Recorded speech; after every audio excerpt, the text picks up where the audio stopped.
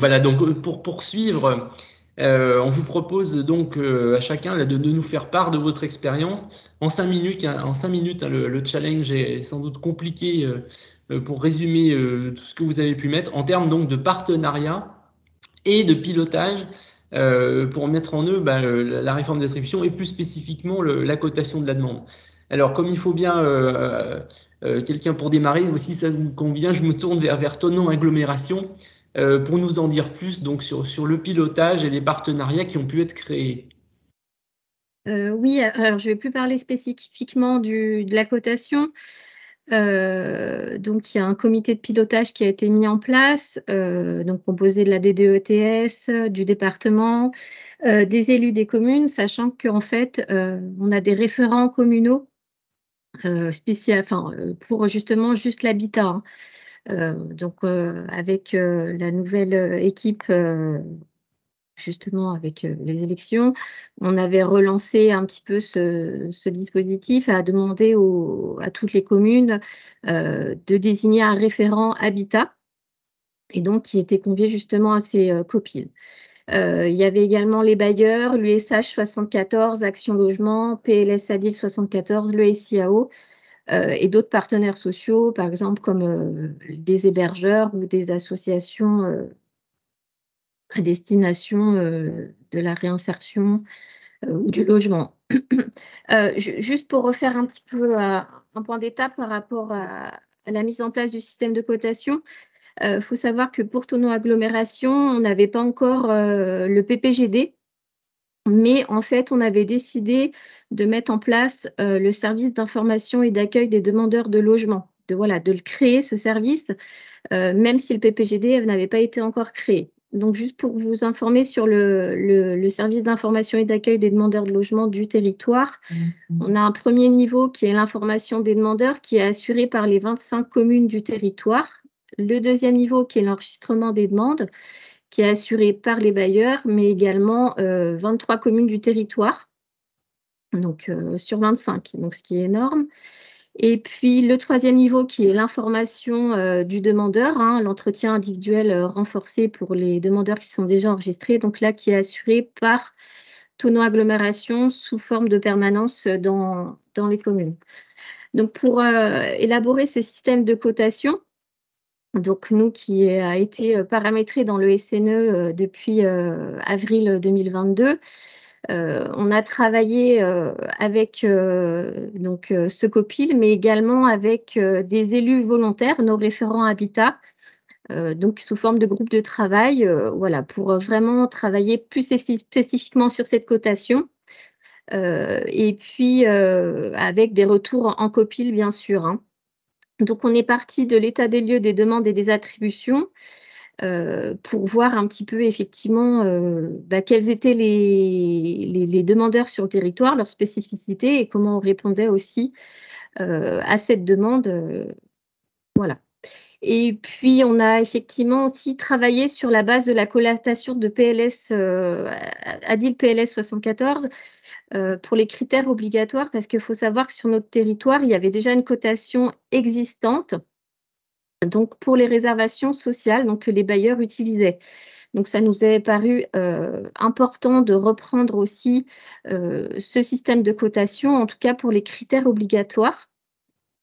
Et puis, il faut savoir aussi qu'en parallèle, on était en lien avec les autres EPCI du département de la Haute-Savoie. Donc, il y a 8 EPCI, hein, dont on a agglomération, qui sont aussi soumis à cette réforme. Et donc, on a beaucoup échangé justement sur ce système de cotation et puis de voir aussi si on pouvait en tout cas harmoniser la pondération pour les critères obligatoires pour avoir quand même une cohérence sur le territoire, de ne pas se retrouver, je ne sais pas moi, à 10 points pour par exemple un critère d'allo et 1000 points sur un autre territoire pour le même critère. Donc voilà, on a beaucoup échangé aussi avec les autres EPCI. Et avec voilà, beaucoup de retours en copil, des groupes de travail avec les élus qui ont été beaucoup très mobilisés sur 2021 avec pratiquement des groupes de travail 1 à 2 fois par mois. Voilà.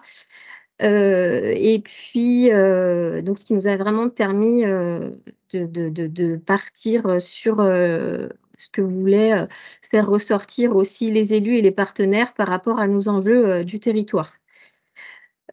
Voilà, donc notre système de cotation, comme je vous ai dit, il a été présenté aussi en conférence intercommunale des maires à l'ensemble des, voilà, des élus communaux, puis présenté en conférence intercommunale du logement pour ensuite être validé au conseil communautaire fin 2021. Voilà un petit peu pour la gouvernance. Merci à vous. Je vous propose de voir comment ça s'est passé, aussi du côté de l'Auvergne avec la communauté d'agglomération du bassin d'Aurillac. Oui, alors nous avons plusieurs instances qui ont été mises en place. Donc la CIL qui a été installée en 2017, il s'agit d'une instance donc plénière qui regroupe tous les acteurs intervenant dans le domaine du logement social, ainsi que les maires des 25 communes de l'agglomération. Après, on a une déclinaison technique de cette CIL qui a été mise en place en 2021 pour suivre les objectifs de la CIA. Et il regroupe les représentants de l'agglomération, des bailleurs sociaux et des réservataires. En parallèle donc, de ces instances, des groupes de travail sont constitués sur des sujets particuliers, comme le logement étudiant et la cotation de la demande. Et donc, il s'agit de travailler de manière opérationnelle sur des thématiques plus particulières dans une recherche d'efficacité. L'enjeu de ces instances est la mise en place d'un véritable partenariat entre les différents acteurs, notamment bailleurs sociaux et réservataires, pour le rééquilibrage du peuplement du parc social et le partage de la même information pour tous. En ce qui concerne le processus d'élaboration du dispositif de cotation de la demande, c'est un sujet qui a été abordé d'abord en comité technique de la CIL en mai 2021, avec une présentation des obligations réglementaires qui avaient été faites par les services de l'État, la DETS-PP. Et ensuite, on a mis en place un groupe de travail qui s'est réuni en suivant, en juin 2021, au cours duquel Laura HLM nous a proposé de travailler sur une grille de cotation à l'échelle régionale et au niveau local avec les 2 bailleurs sociaux présents sur notre territoire. Et au cours de l'année 2022, il y a eu plusieurs réunions de travail sur la proposition de grille faite par Laura HLM et les 2 bailleurs du territoire avec les différents partenaires. Donc, bien sûr, la communauté d'agglomération et l'État, mais également avec les réservataires de logements sociaux qui ont des réservations sur notre territoire, à savoir la ville d'Aurillac et le CCAS et Action Logement. Cette phase a permis de faire évoluer la proposition de grille de Laura HLM pour prendre en compte les remarques de chacun des partenaires concernés. Nous avons tenu également en ce qui concerne l'association des élus à cette démarche. Donc, en parallèle de l'aspect technique, ce projet a été retravaillé avec les élus communautaires les plus concernés par le sujet, et notamment la conseillère communautaire qui représente l'agglo dans les CAL, les commissions d'attribution de logement, qui est une représentation assez récente. Qu'auparavant, on n'avait pas d'élus communautaires sur ces CAL. Ensuite, en 2021, donc, le projet de grille a été présenté en commission aménagement du territoire. Donc, il s'agit d'une instance de travail interne à l'agglo qui regroupe les élus et des représentants de chaque commune. Et enfin, le projet a été présenté donc, pour information en novembre 2022 à la CIL. La CIL qui est coprésidée donc, par le préfet du Cantal et le président de l'agglomération.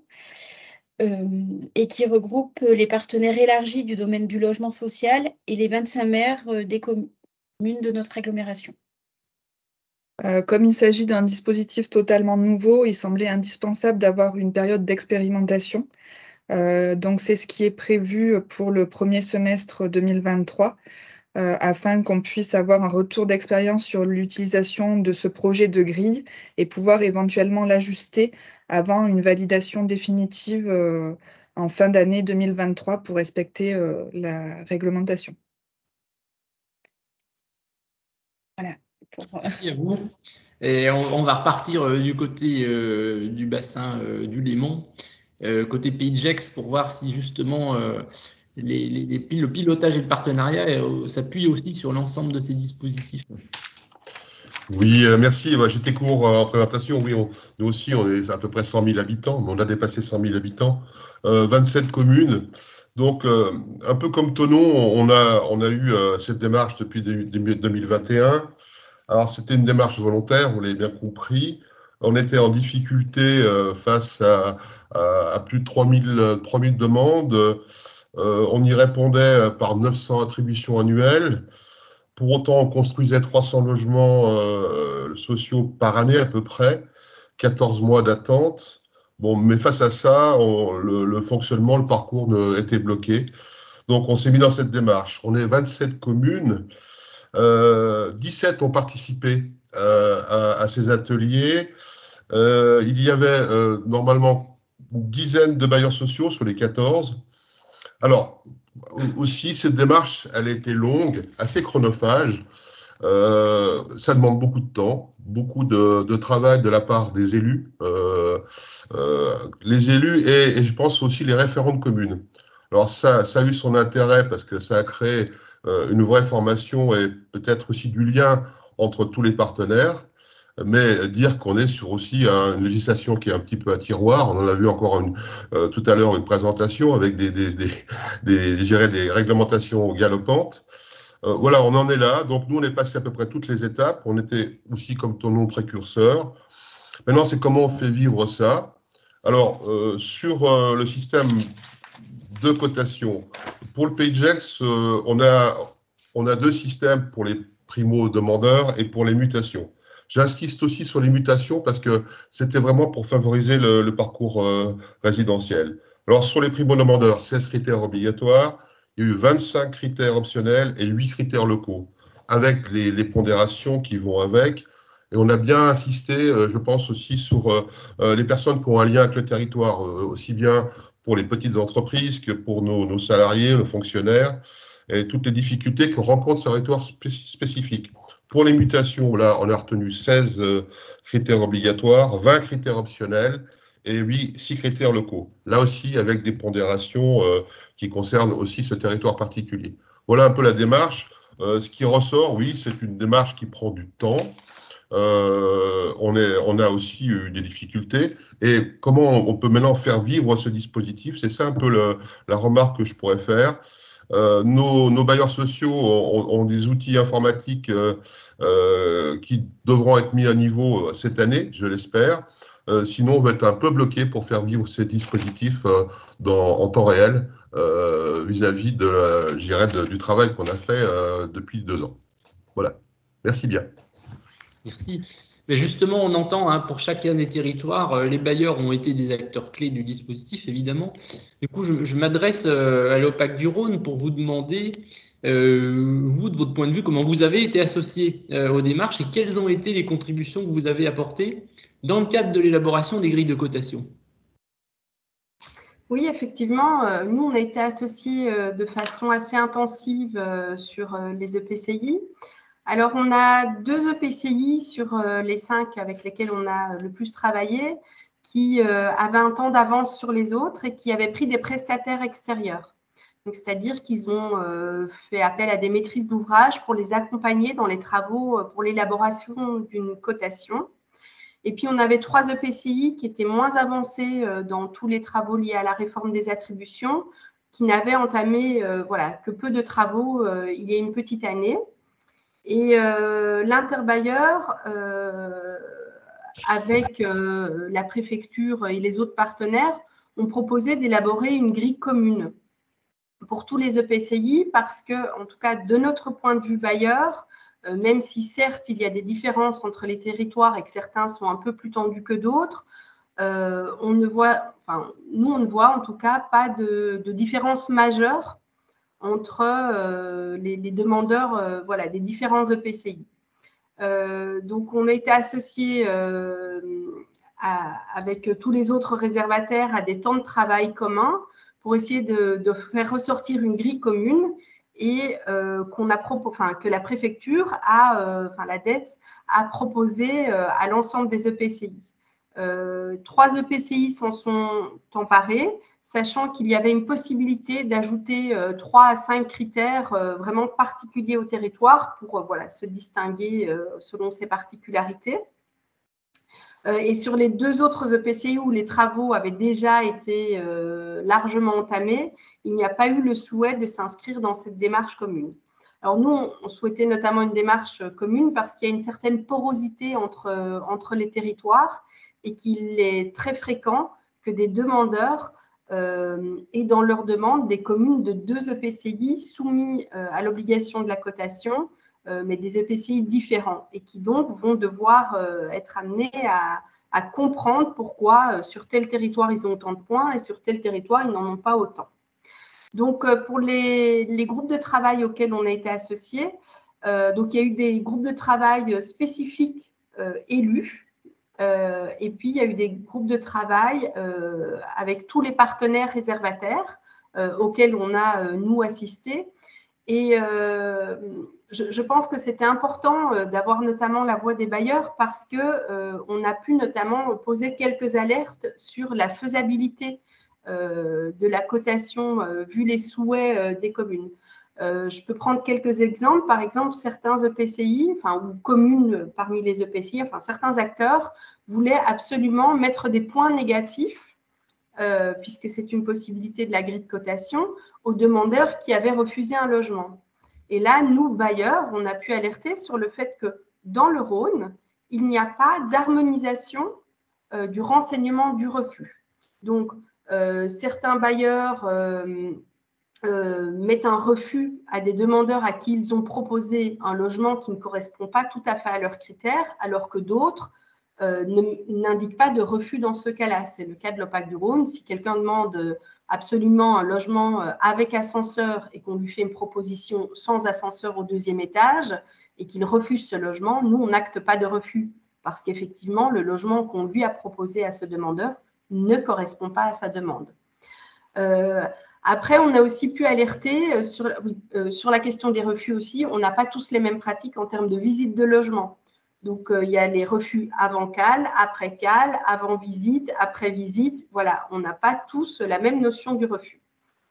Sur les critères locaux, tous les EPCI ont souhaité ajouter des critères locaux. Et donc, on a pu alerter sur l'équité entre les demandeurs sur cette question, puisque si un demandeur ne se fait pas connaître et ne peut pas faire reconnaître le fait qu'il rentre dans la catégorie de ce critère local et qu'il n'a pas cette coche dans le SNE, eh bien, il est pénalisé par rapport à celui qui aura pu bien comprendre la grille de cotation et qui aura fait les démarches pour avoir la coche cochée et donc avoir les points qui y sont liés. Sans compter aussi qu'on a bien alerté sur le fait que nous, on a très, très, très majoritairement des communes qui ne sont pas guichets enregistreurs et des EPCI qui ne sont pas guichets enregistreurs et que du coup, la charge d'aller mettre une coche dans le SNE est bien reportée sur les seuls bailleurs du territoire. Voilà, et on a également pu alerter sur la question des doubles points. Vous avez pu remarquer que dans les critères qui peuvent être choisis pour la cotation, on a parfois des critères qui se ressemblent. Par exemple, handicap et handicap pour une personne de plus de 65 ans. Si on prend 2 fois ces critères-là, eh bien, les personnes vont pouvoir cumuler des points et puis ça va un peu avoir un effet boule de neige. Ils vont avoir énormément de points par rapport à ceux qui n'auront pas le critère handicap. Donc voilà, nous, on a surtout été là pour alerter les EPCI sur les biais qu'il pouvait y avoir liés à certains choix et aussi pour alerter sur la complexité du système. Et donc, nous, le maître mot, ça a été faisons le plus simple possible pour démarrer. Voyons ce que ça donne, puisqu'on n'avait pas on n'avait pas à l'époque la possibilité de tester et d'activer uniquement pour les partenaires la grille de cotation dans le SNE. Faisons simple, voyons ce que ça donne, et puis dans un deuxième temps, si c'est nécessaire, on complexifiera. Voilà comment nous, on a pu participer aux travaux relatifs à la cotation dans les différents EPCI et les différentes instances. Merci Julie pour cet éclairage de l'association des bailleurs, effectivement, qui a pu être réalisé sur votre territoire. La mise en place d'une cotation, elle doit répondre à des orientations politiques locales, bien entendu, mais on a commencé à l'évoquer, elle induit également des changements au niveau organisationnel, technique et de pratique de l'ensemble des acteurs. L'idée maintenant, c'est que chacun puisse nous présenter effectivement les enjeux qui sont rencontrés un peu spécifiquement sur vos territoires. On a enfin, Thonon et PageX ont également évoqué cette question-là, et de voir quelles sont les difficultés que vous avez pu rencontrer dans la mise en place de ces grilles de cotation. Je vais peut-être commencer par le PageX, qui pourrait nous présenter les éventuelles difficultés, les enjeux qui étaient propres à leur territoire. Oui, bah, clairement, on avait comme des communes avec des dimensions différentes, des services différents qui avaient déjà mis en place en interne leur propre vision, avec des élus aussi. Donc, il a fallu rééquilibrer déjà entre communes leur vision. Puis après, est apparu très rapidement les problématiques locales sur, je dirais, l'arrivée de, on va le revoir bientôt avec des personnes prioritaires qui se rajoutent sur un logement qui était comment dire, en faiblesse. Alors, comment loger les salariés des collectivités locales ou les fonctionnaires? L'exemple, on va être clair, on me demande chaque année de loger à peu près 80 enseignants au mois d'août. Comment je fais? C'était un des exemples. Sur les collectivités, comment on peut trouver un logement social pour des fonctionnaires territoriaux ou d'autres fonctionnaires? C'était une difficulté. Les petites entreprises avaient ces difficultés-là. Comment on peut, justement, par des critères, leur faciliter la tâche? On a ce type de pression du vu de la rareté du logement et de la cherté du logement dans le privé. Voilà, ça, c'était un travail qu'on a fait. Alors, bien entendu, accompagné par les services de l'État et par les bailleurs sociaux pour, je dirais, pondérer ces critères qui sont revenus régulièrement en disant on a déjà bien des problèmes locaux, pourquoi en rajouter en amenant des personnes extérieures? Ça, c'est toujours le débat. Et alors qu'il y a une égalité de droit sur l'accès au logement. Voilà, c'est aussi un des aspects qu'on a dû rencontrer et qu'on a dû équilibrer avec l'ensemble des partenaires. Voilà quelques points, mais il y en a d'autres. Merci. Est-ce qu'au niveau de la CABA, vous pouvez nous éclairer aussi sur les enjeux particuliers à votre territoire éventuellement, et puis les difficultés que vous avez rencontrées dans la mise en place de cette grille? Oui, nous, les principaux enjeux, en fait, sont les mêmes objectifs que tous les territoires, c'est-à-dire de fournir une aide à la décision pour les acteurs qui interviennent dans le processus d'attribution et également d'améliorer la transparence pour les demandeurs de logements sociaux. Après, pour notre territoire, les enjeux étaient relativement limités du fait de la faible tension entre le nombre de demandes et le nombre d'attributions. Le délai moyen d'attente pour l'obtention de logement est en général de 3,3 mois, donc ce qui est quand même très faible en comparaison d'autres territoires. Voilà. Après, néanmoins, la mise en place de la cotation de la demande est également imposée par la loi. Donc, l'un des enjeux était simplement de respecter les obligations indues à la collectivité. Pour ce qui concerne les difficultés, donc la plus grosse difficulté qu'on a eue, c'était de respecter le timing initialement imposé, qui nous a causé quelques sueurs froides, puisqu'on devait initialement mettre en place le dispositif pour le 1er septembre 2021, et en parallèle, on était vraiment en construction de toute notre politique d'attribution à cette période-là. Donc clairement, le report de l'échéance au 31 décembre 2023 nous a bien aidé pour se mettre en place un dispositif. Parallèlement, notre collectivité dispose quand même de moyens humains qui sont relativement limités. puisqu'on n'a qu'un seul ETP pour la globalité de la politique communautaire de l'habitat, qui comprend aussi le parc privé, toute la politique en faveur du parc privé et le suivi du PLH. Donc ça aurait été vraiment très compliqué de réaliser ce travail en interne si l'Aura HLM et les 2 bailleurs sociaux du territoire ne s'étaient pas emparés du sujet. Enfin, sur le plan administratif, la mise en œuvre de la cotation de la demande, c'est très lourd pour nous, puisque ça nous impose une révision du plan partenarial qui, chez nous, a été adopté en 2019. Donc, on a dû engager la procédure de révision seulement 1 an et demi après son adoption.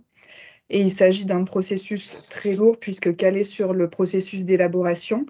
Donc, on a d'abord la délibération de l'EPCI pour l'engagement de la procédure et à la fin pour l'approbation du document, l'avis de la CIL, mais on est aussi dans l'obligation de demander à nos 25 communes de rendre un avis, donc de délibérer, alors que certaines communes n'ont même pas de logements sociaux sur leur territoire.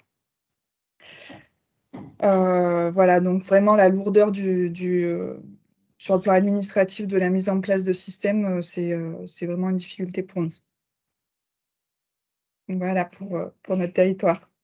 Merci pour ce témoignage. Je laisse Thonon Agglomération continuer, s'il vous plaît, sur les enjeux et puis les difficultés que vous avez pu rencontrer.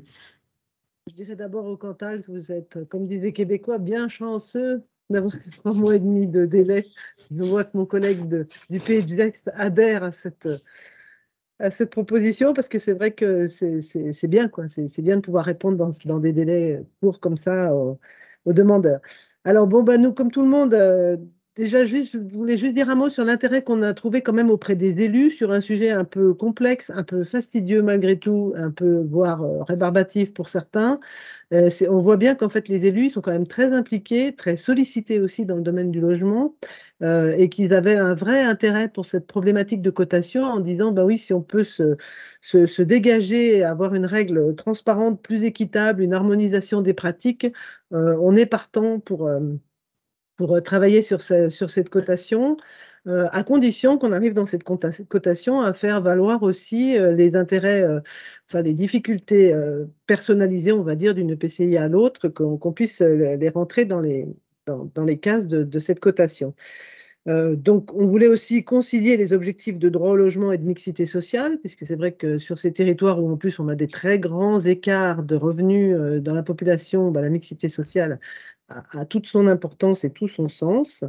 Favoriser l'égalité des chances, bien sûr, prendre en compte la diversité de la demande, puisqu'effectivement on a des publics très variés, éviter les appréciations subjectives.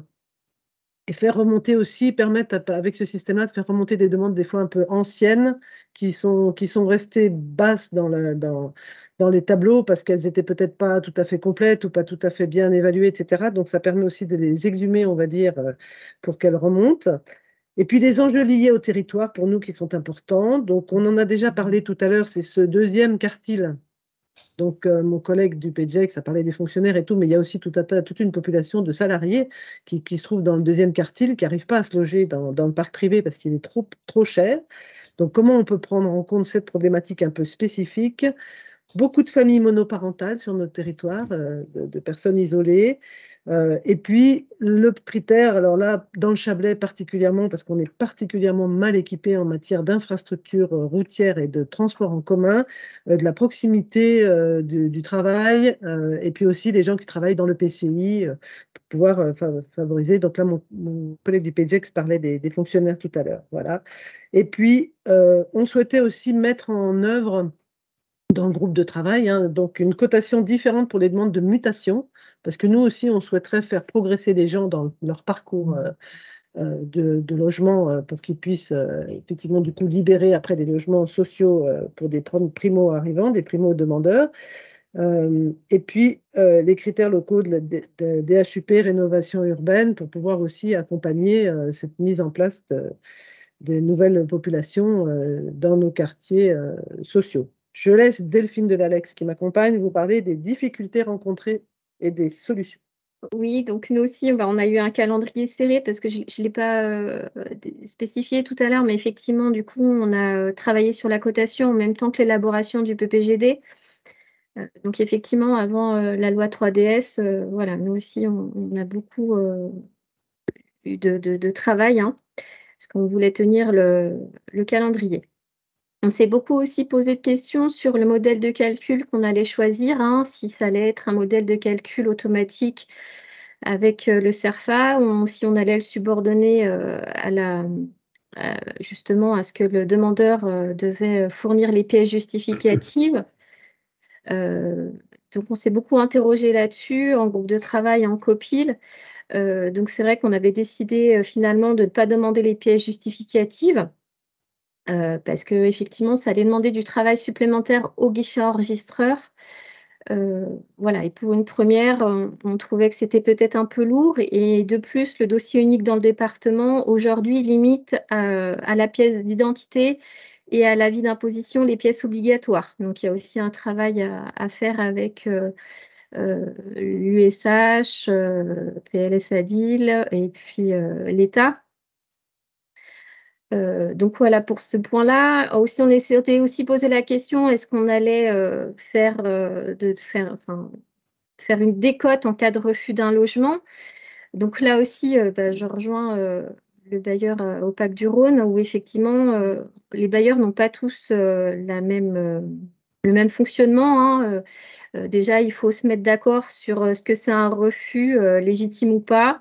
Les bailleurs ne font pas forcément visiter les logements avant la Caléole. Donc, il fallait trouver un consensus. Donc, on n'était pas encore prêt. Et puis, de plus, il fallait créer une instance de recours, hein, voilà, à partir du moment où on mettait en place une décote. Du coup, nous, voilà, l'idée, c'était de ne pas créer une usine à gaz, de faire quelque chose d'assez simple pour ce démarrage de cette cotation, sachant que voilà, on allait faire un bilan au bout d'un an, une fois que, bien sûr, cette cotation sera totalement déployée, et on pourra la modifier, même si effectivement le circuit de modification peut paraître assez lourd, puisqu'il faut modifier le PPGD et repasser en CIL et en conseil communautaire. Voilà, aussi la difficulté qu'on a eue, c'est effectivement cette phase test qui manquait. Donc voilà, on a quand même décidé de se lancer dans cette cotation, mais en faisant une communication très restreinte pour voir un petit peu comment réagissait l'outil. Voilà, donc c'est vrai qu'aujourd'hui, la difficulté, c'est qu'effectivement, c'est un outil qui n'est pas totalement déployé, étant donné que les bailleurs ne peuvent pas totalement l'utiliser, ou pas du tout, étant donné que la routine n'est pas adaptée, pas prête. Voilà. Merci pour ces éclairages sur les enjeux et les difficultés que vous avez pu rencontrer. On voit qu'au niveau des bailleurs sociaux, vous allez être quand même fortement impacté, hein, par la mise en place de la cotation. On a vu des stratégies assez différentes selon les territoires, des modalités aussi de cotation différentes. À votre niveau de l'OPAC du Rhône, quels impacts et quels changements vous identifiez dans les pratiques que vous allez devoir avoir dans les mois et années à venir? Alors, les impacts, ils sont évidemment majeurs, hein, puisque au moment de la commercialisation des logements, il va falloir que nous, bailleurs, on tienne compte de la cotation. Donc, il va falloir former entre 10 et 15 chargés de commercialisation à interpréter et à utiliser la cotation, sachant aussi qu'une de leurs grandes craintes, hein, ces chargés de commercialisation, c'est la justesse de la cotation. C'est-à-dire que c'est un système automatique qui se fait sans pièces justificatives qui ont été validées auparavant. Donc, lorsque eux vont faire ressortir des candidats du SNE, ils vont devoir instruire la demande et valider la cotation. Et donc, une des questions qu'ils ont, c'est quelqu'un qui n'a pas rempli de façon exacte sa demande et qui, de ce fait-là, a beaucoup de points alors qu'il n'aurait pas dû en avoir, qu'est-ce qu'on en fait? Est-ce qu'on le met de côté alors qu'on a commencé à instruire la demande, qu'on lui a éventuellement proposé le logement, ou est-ce que on le relègue en troisième rang en présentation à laquelle et donc voilà, donc là, il y a une question d'équité, de justice entre les demandeurs qui est particulièrement soulevée par nos chargés de commercialisation. Alors nous, de notre côté, en plus, on a adopté une nouvelle politique d'attribution en fin d'année. Et donc, il va falloir, non seulement pour les chargés de commercialisation, mais également pour nos administrateurs en CADEOL, leur expliquer que la cotation et la politique d'attribution que nous avons mise en place n'entrent pas en contradiction et qu'on peut bien appliquer les deux de façon concomitante. Nous, notre politique d'attribution, elle va faire la part belle notamment à nos demandeurs de mutation, a fortiori encore plus pour ceux qu'on va considérer comme prioritaires. Ce n'est pas en contradiction avec la cotation.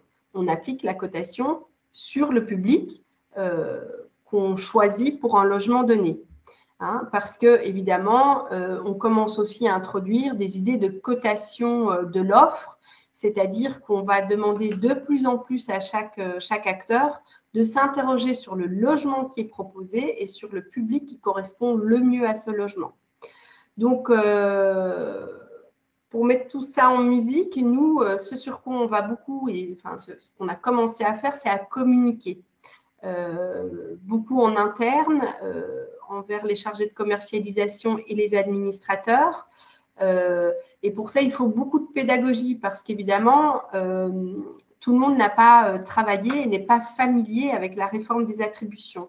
Donc là, ça fait 1 an qu'on a mis en place une petite newsletter interne qui notamment aborde ce sujet-là pour que chacun puisse monter en compétences. Voilà, mais petit à petit, ça ne sert à rien de les bombarder avec tout un nouveau processus d'instruction des demandes, de commercialisation, etc. Il faut que les gens soient déjà familiers avec la notion de cotation avant de la mettre en œuvre. Et puis, sans compter que dans un deuxième temps, toute cette pédagogie et cette communication va devoir aussi se mettre en place avec les demandeurs de logement qui ne vont pas manquer de nous solliciter.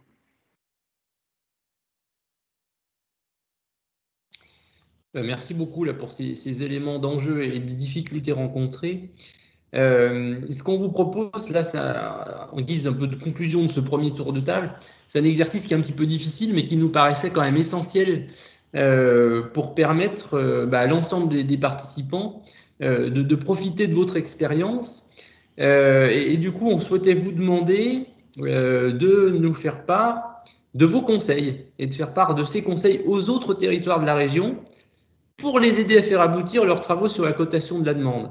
Voilà, donc c'est un exercice qui n'est pas facile, mais à mon avis, dans le cadre de ce webinaire, qui est peut-être l'élément clé, puisque c'est là où vous avez la possibilité de donner le petit tuyau qui va bien pour faire en sorte que les travaux aboutissent. Alors, je n'ai pas forcément de territoire visé directement en tête, donc je vous propose, là, s'il y a un volontaire qui veut se lancer sur le premier conseil à donner. Peut-être pour le PageX, nous on s'est fait accompagner par un cabinet extérieur. On a bien vu la difficulté, je dirais, de la démarche. Et ça a été, je dirais, quelque chose de parfait parce qu'on a pu avancer tout au long de toute cette démarche pour arriver à je dirais, un résultat, je dirais, accepté par tout le monde. Et le fait d'avoir un partenaire qui est neutre aussi permet un travail commun beaucoup plus aisé. En tout cas, ça a été notre démarche. Donc, sur Thonon, je dirais que nous, on n'a pas eu de partenaire, mais on n'a pas eu trop, a priori, de difficultés d'association des différentes personnes, que ce soit les élus, que ce soit les bailleurs, que ce soit l'État. On a pu organiser assez facilement, alors que c'est vrai qu'une partie en plus de ces échanges, pendant cette joyeuse période Covid, se sont faits en vidéo aussi, donc ce qui ne facilitait pas non plus forcément le travail. Mais donc, je pense que les gens étaient quand même bien motivés, bien présents, bien impliqués dans cette démarche. Moi, je dirais quand même ce que j'entends aujourd'hui, c'est que finalement, sur les interrogations, on a un petit peu, on se retrouve, quoi. Voilà, donc ça veut dire quand même que le processus n'est pas tout à fait digéré, mais qu'on avance quand même et qu'on va savoir, j'espère,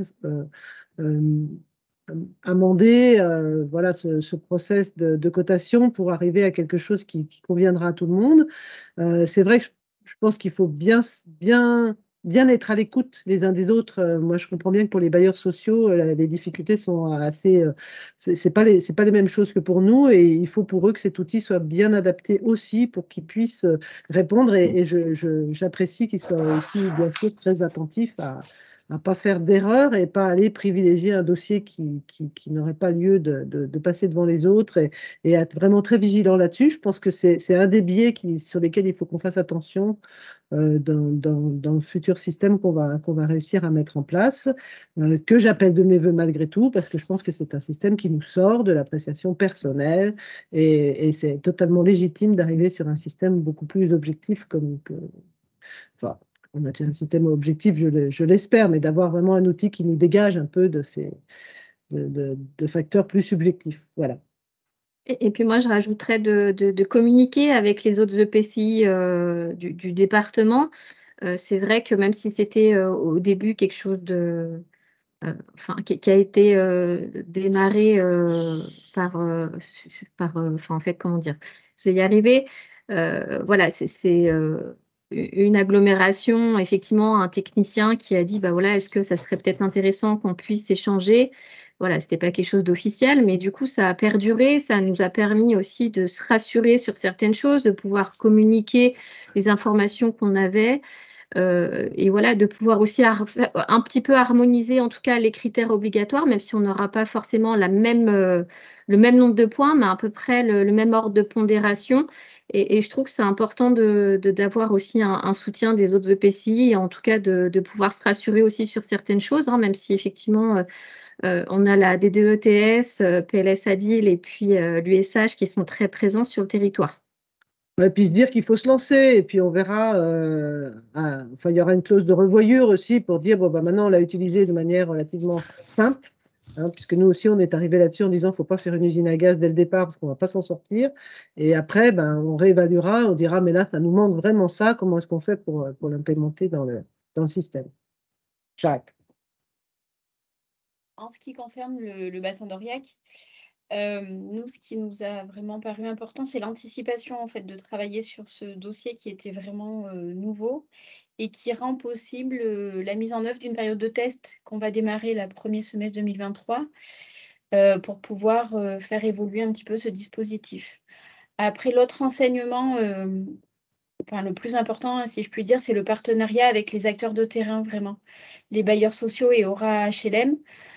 Sans cela, on n'aurait pas pu avancer de la même manière sur ce sujet, et on aurait effectivement pu créer une usine à gaz. Voilà.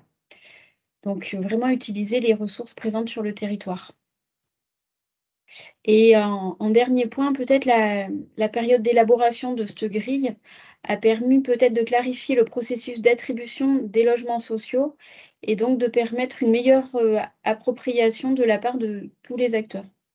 Voilà, notamment peut-être les élus et dans les communes où des logements sociaux étaient présents. Peut-être un point sur l'information.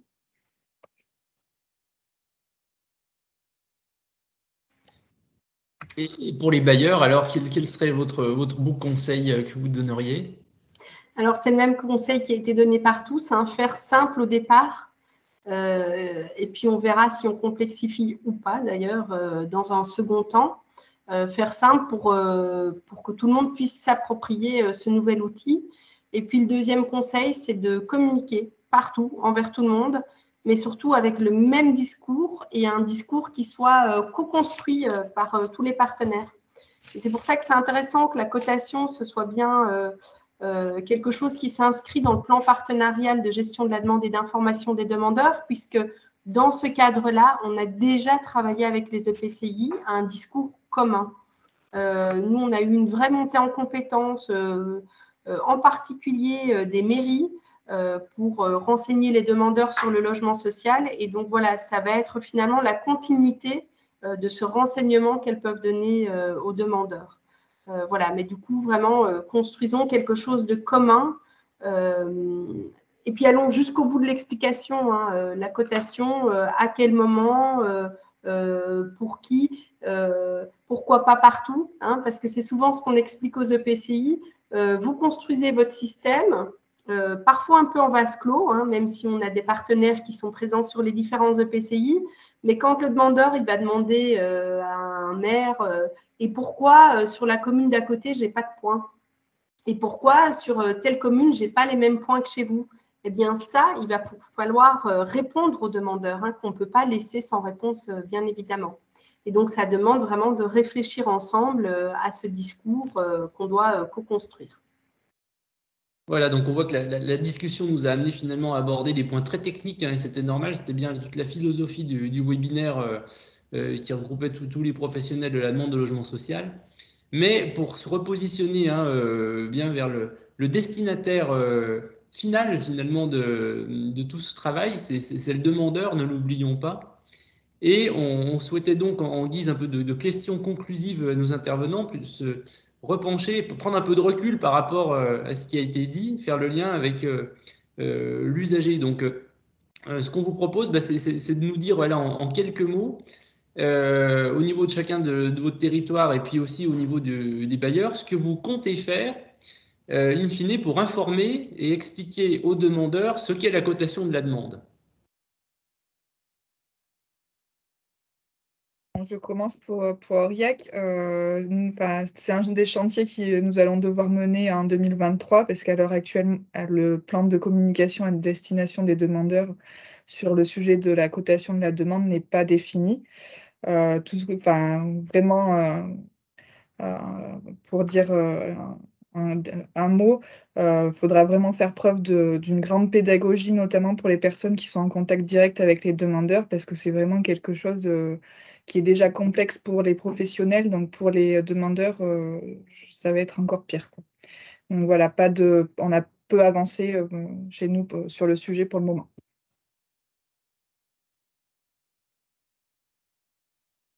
Alors, pour Thonon Agglomération, effectivement, nous, on a dû communiquer sur ce système de cotation. Alors, comme j'expliquais tout à l'heure, ça a été paramétré dans le Sénat en avril 2022.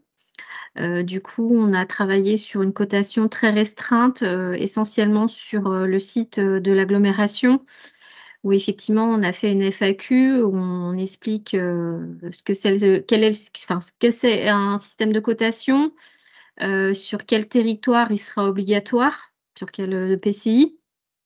On a expliqué aussi effectivement que ce n'est pas parce qu'on avait le plus grand nombre de points qu'automatiquement on aurait tout de suite un logement, qu'il y avait différents paramètres qui étaient pris en compte également, hein.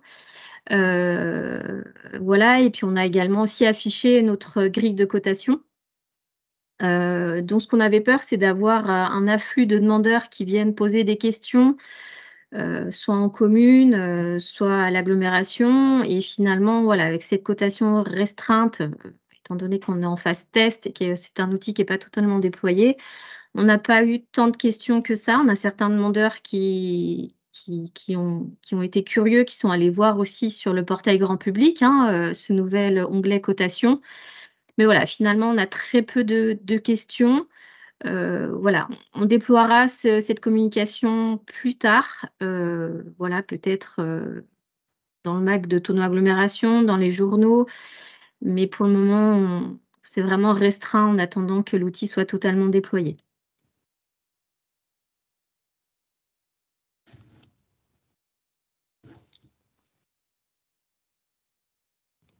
Au niveau du PageX, est-ce que vous êtes un peu sur les mêmes initiatives? Ouais, on a bien compris, tout passe, moi je pense surtout à l'humain, c'est-à-dire qu'au niveau des guichets et des services d'accueil, ça passe toujours par ça.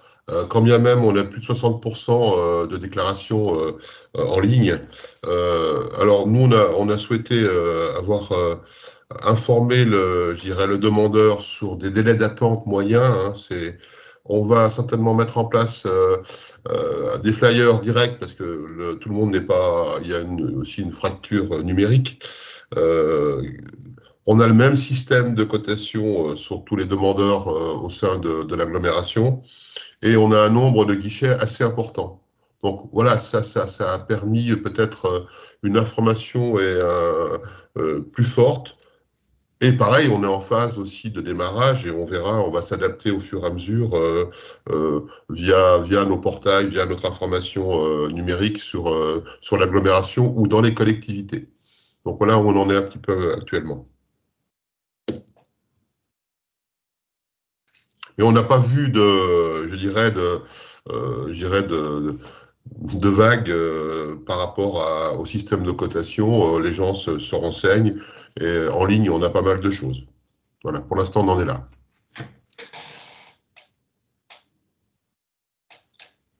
Et à l'OPAC du Rhône, comment est-ce que vous anticipez un petit peu cette information auprès du demandeur, vous qui les avez quotidiennement au niveau des guichets ou peut-être au téléphone pour de nombreuses questions? Alors nous, évidemment, on va faire de l'information sur notre site internet où on va pouvoir aussi donner une information par rapport à l'ensemble des EPCI qui sont concernés ou pas concernés, puisque chaque EPCI va communiquer sur sa cotation. Nous, on va pouvoir avoir une vision peut-être un peu plus globale sur l'ensemble du territoire du Rhône. Alors évidemment, on a commencé à faire de la pédagogie en interne, mais on va travailler évidemment des éléments de langage en interne pour que tout le monde puisse avoir le même discours, qu'on souhaite aussi travailler avec tous les autres partenaires du territoire. Et puis nous, en complément, ce qu'on va faire aussi, c'est un petit fascicule d'informations en tout petit 4 pages. On avait déjà pu faire ça sur la gestion de la demande, en fait. On s'est rendu compte qu'on a des personnes qui travaillent pour nous, notamment les agents de résidence, qui sont en contact avec nos locataires, mais qui ne sont pas du tout familiers avec comment on fait une demande, quel est le mécanisme pour changer de logement, etc. Et on les avait formés justement à toute cette question de la demande et on s'est dit, tiens, là, il va falloir aussi les former sur la question de la cotation parce qu'il n'est pas du tout impossible que nos locataires, notamment, s'adressent à eux en direct. Je rappelle juste que dans le Rhône, la part des demandeurs qui sont déjà logés dans le parc social, ça représente entre 38 et 40% des demandes. Donc voilà, il est très probable que nos propres locataires soient les premiers à s'intéresser à cette question de la cotation, puisque un nombre très conséquent d'entre eux sont demandeurs de mutation.